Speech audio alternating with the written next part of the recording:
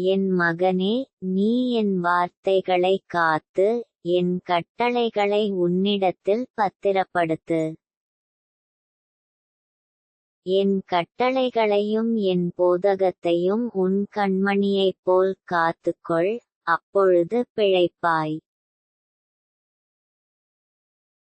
அவைகளை உன் விரல்களில் கட்டி, அவைகளை உன் இருதய பலகையில் எழுதிக்கொள். இச்சகவார்த்தைகளை பேசும் அந்நிய பெண்ணாகிய பரஸ்திரிக்கு உன்னை விலக்கி காப்பதற்காக. ஞானத்தை நோக்கி, நீ என் சகோதரி என்றும், புத்தியைப் பார்த்து, நீ என் இனத்தாள் என்றும் சொல்வாயாக. நான் என் வீட்டின் ஜன்னலருகே நின்று, பலகணி வழியாய் பார்த்தபோது, பேதையர்களாகிய வாலிபருக்குள்ளே ஒரு புத்தியீன வாலிபனைக் கண்டு அவனைக் கவனித்தேன். அவன் மாலைமயங்கும் அஸ்தமன நேரத்திலும் இரவின் இருண்ட அந்தகாரத்திலும் அவள் இருக்கும் சந்துக்கடுத்த தெருவில் சென்று, அவள் வீட்டு வழியாய் நடந்து போனான்.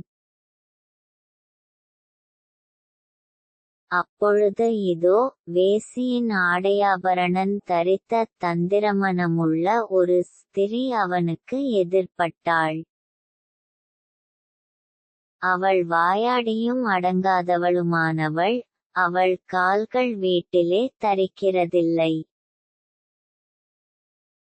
சிலவேளை வெளியிலிருப்பாள், சிலவேளை வீதியிலிருப்பாள், சந்துகள் தோறும் பதிவிருப்பாள். அவள் அவனை பிடித்து முத்தஞ்செய்து, முகம் நாணாமல் அவனைப் பார்த்து, சமாதான பலிகள் என்மேல் சுமந்திருந்தது, இன்றைக்குத்தான் என் பொருத்தனைகளை நிறைவேற்றினேன். ஆதலால், நான் உன்னைச் சந்திக்கப் புறப்பட்டு, உன் முகத்தை ஆவலோடு தேடினேன், இப்பொழுது உன்னைக் கண்டுபிடித்தேன். என் மஞ்சத்தை இரத்தின கம்பளங்களாலும், எகிப்து தேசத்து விசித்திரமான மெல்லிய வஸ்திரங்களாலும் சிங்காரித்தேன்.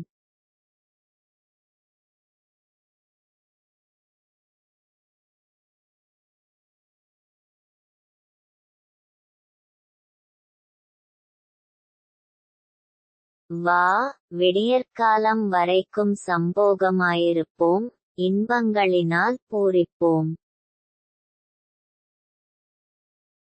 புருஷன் வீட்டிலே இல்லை, தூர பிரயாணம் போனான். பணப்பையை தன் கையிலே கொண்டு போனான், குறிக்கப்பட்ட நாளிலே வீட்டுக்கு வருவான் என்று சொல்லி. தன் மிகுதியான இனிய சொற்களால் அவனை வசப்படுத்தி, தன் உதடுகளின் மதுரவாக்கினால் அவனை இணங்க பண்ணினாள். உடனே அவன் அவள் பின்னே சென்றான், ஒரு மாடு அடிக்கப்படும்படி செல்வது போலும், ஒரு மூடன் விலங்கிடப்பட்டு தண்டனைக்கு போவது போலும்.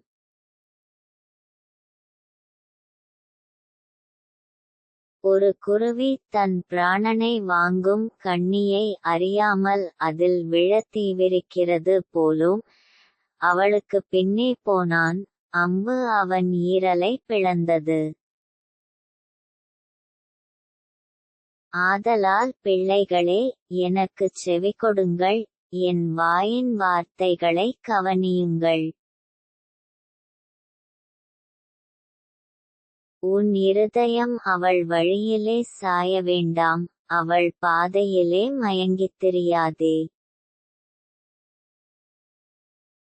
அவள் அநேகரை காயப்படுத்தி விழப்பண்ணினாள், பலவான்கள் அநேகரை கொலை செய்தாள்.